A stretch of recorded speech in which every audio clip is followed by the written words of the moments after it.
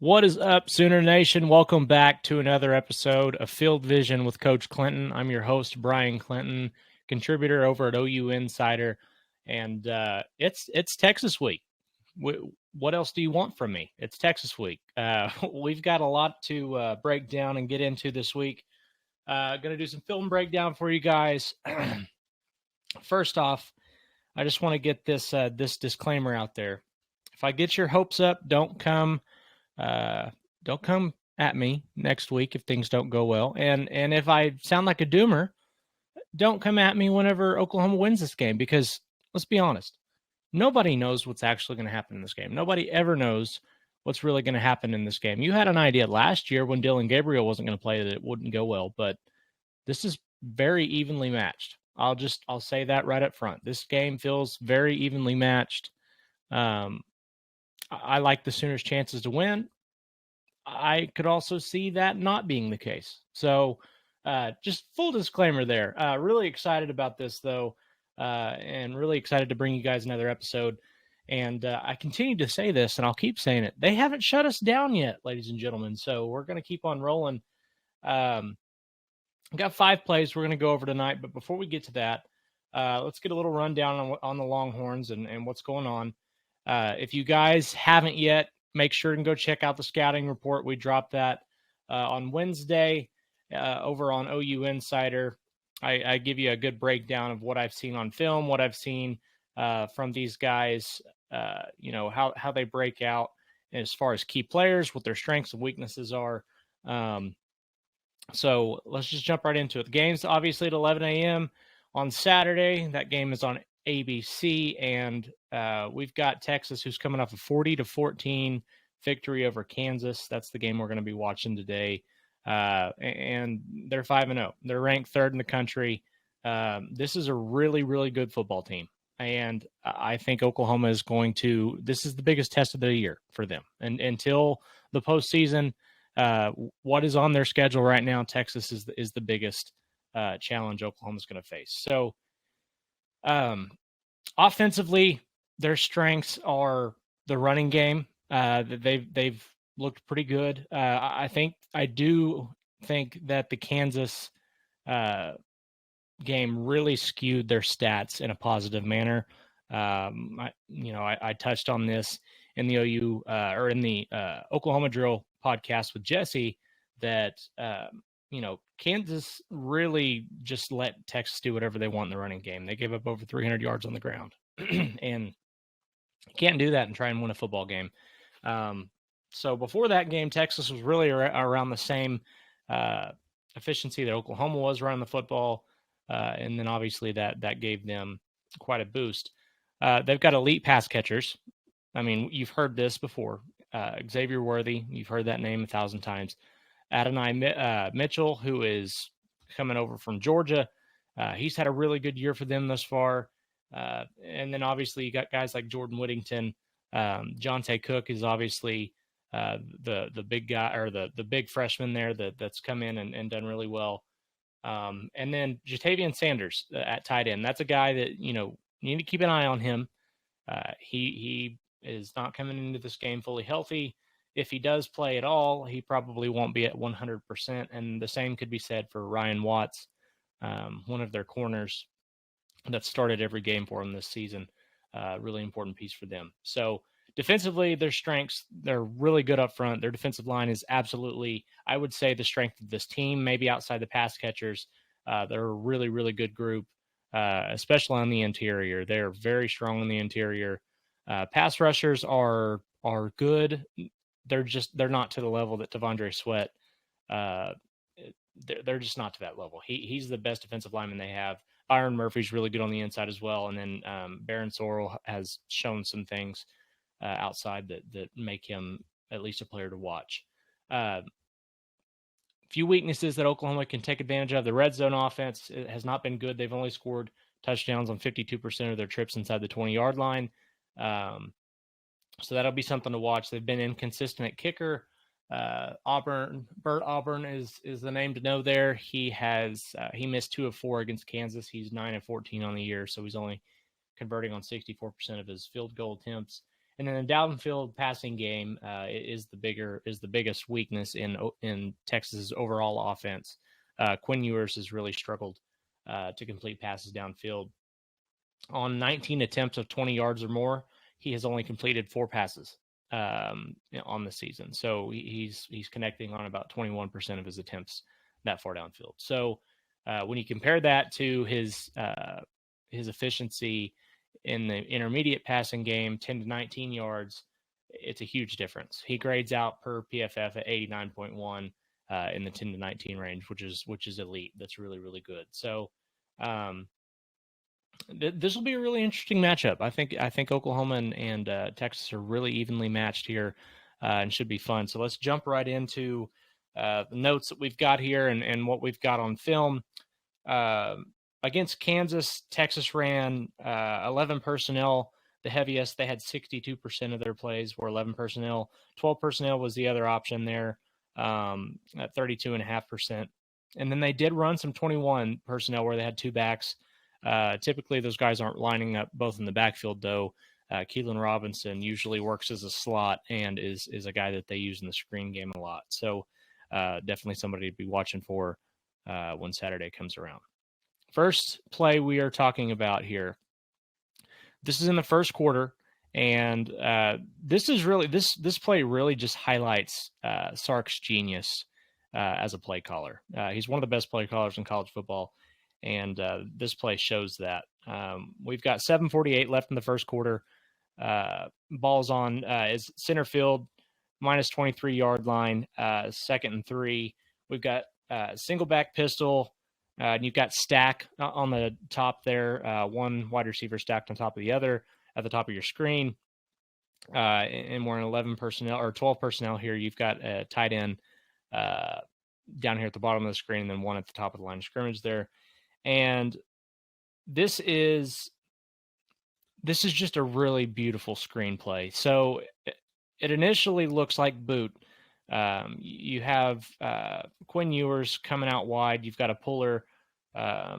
You got play side guard pulls and picks up the edge.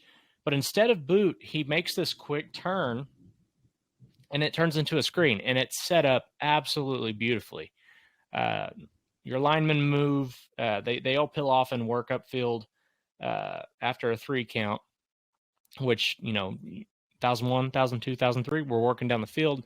And by that time, you've given Jonathan Brooks an alley to work with. And one of the biggest things in this game trend was Kansas just failed to complete tackles here. And so several times we saw guys miss tackles. And this is one of those where, this is potentially a 2-yard gain or maybe 3 yards. They pick up the first down. Instead, it goes for 24 because you can't pick up tackle here when the first guy gets contact. You can't do that. You absolutely cannot let Texas have yards after contact.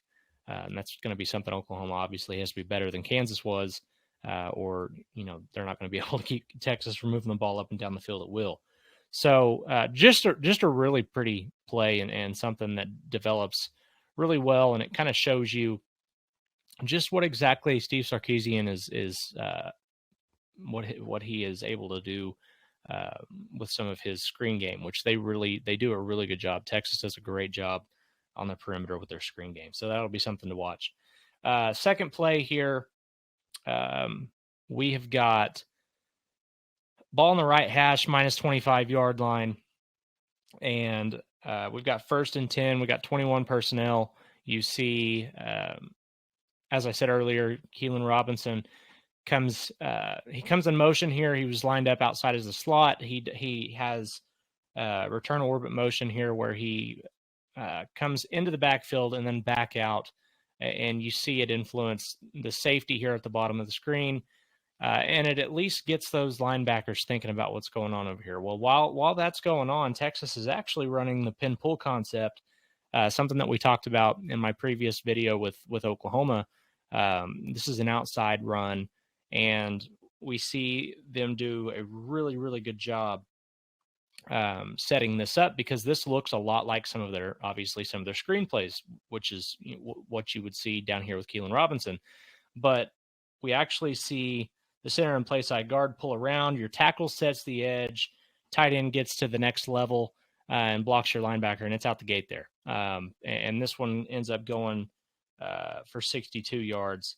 And you get a really good view here of what Texas is doing from behind the snap.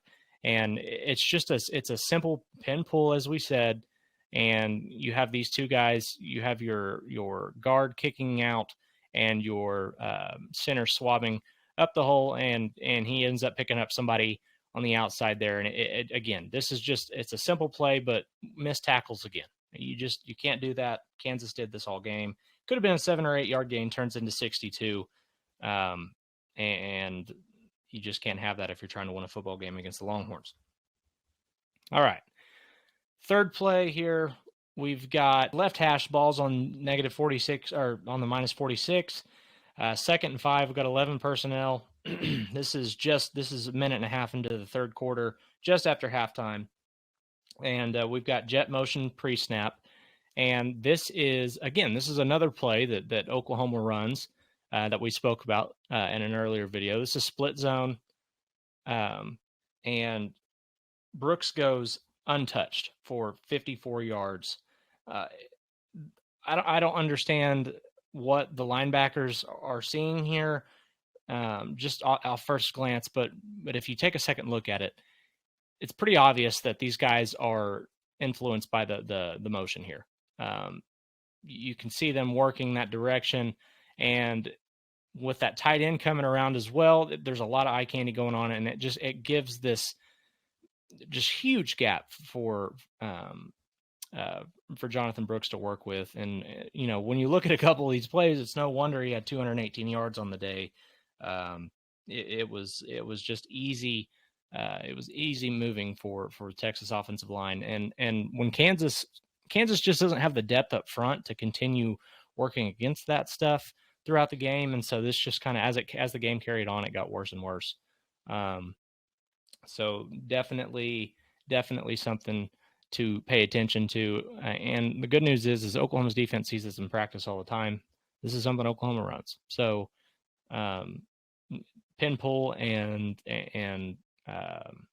split zone and outside zone, and all these concepts that you hear, they're not a secret to anybody. This is something that everybody runs in college football. Some teams just run it better than others. And on this day, Texas ran it really well against Kansas. All right, we're going to look at a defensive play here real quick. Texas has a 4-man front. This is a 4-2-5 look. And this is going to show a little bit of a vulnerability that Texas may have that Oklahoma can really take advantage of. And that's the vertical passing game.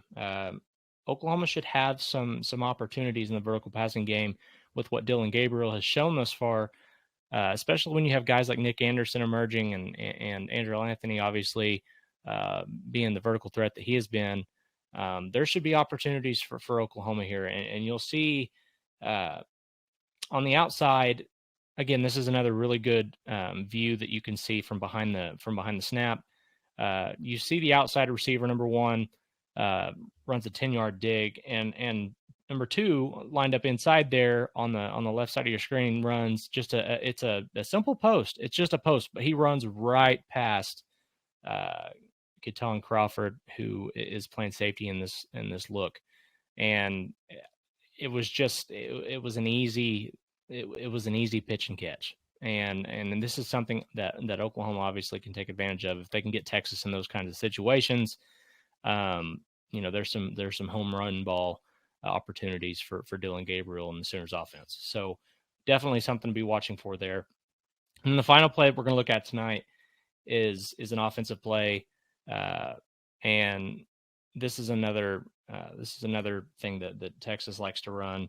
And if you look initially, we got the ball here on the right hash, -46 yard line. There's 8:18 left in the third quarter, and this looks like split zone because you've got your linemen are moving in symmetry. You've got your tight end working what looks to be backside of the play, and it turns into an RPO. And so you'll see this in air raid concepts and spread concepts. Slants and slant wheel concepts are very, very common. It's a really easy high-low read for quarterbacks, especially younger guys. And so it gives the quarterback a really easy read on the secondary to determine who's open, what's the right call, what's the right throw. And in this particular situation, it was to hit the slant. And Jonte Cook, again, another missed tackle. We've got two guys just swiping at the ball. I don't really know what's going on here with the Kansas defense. I probably just running out of steam at this point, and it turns into a 30-yard gain. So, in short, you're going to see lots of different concepts from Texas in this game. Lots of things that you see from Oklahoma. They like to run, very similar running styles. They have a lot of screen games that they're playing on the outside, and then their intermediate passing game is really good. They like to get Adonai Mitchell set up in one-on-one situations and let him work. And obviously Xavier Worthy, we've all seen what he is capable of. So, the Sooners have their work cut out for them, but I don't think this is a game that they're outmatched in. I think Oklahoma has a really good shot going into this game. There's some things that they can take advantage of. Oklahoma's going to have to establish the run, and they're also going to have to do a really good job of keeping Texas honest whenever it comes to,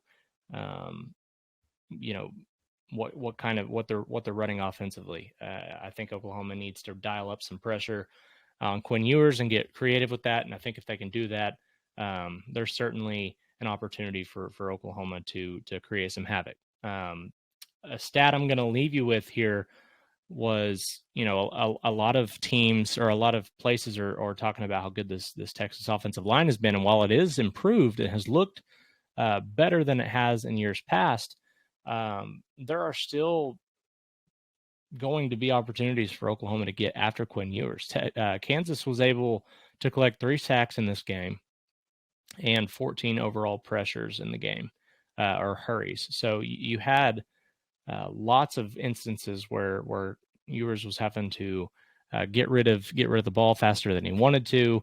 And I think with what Oklahoma has comparatively to Kansas along the defensive line and at linebacker, there should be times where Brent Venables is able to dial some things up and really interrupt what they're trying to do offensively. So obviously tune in for this game. If you're not watching the OU Texas game on Saturday, I don't know what you're doing, but you've got to watch this one. It's going to be probably Big 12 game of the year at the very least, in my opinion. This is going to be a game that you cannot miss, and we will be covering it. We've got Jesse, Parker, and Brandon. We'll all be down there covering that, and we'll have all kinds of stuff for you between now and then over on OU Insider. Make sure you are checking everything out that we've got over there for you, and make sure to leave your comments and your ideas for me down below. We really do read those things, and we do try to make sure you guys are getting everything that you want and need out of this. So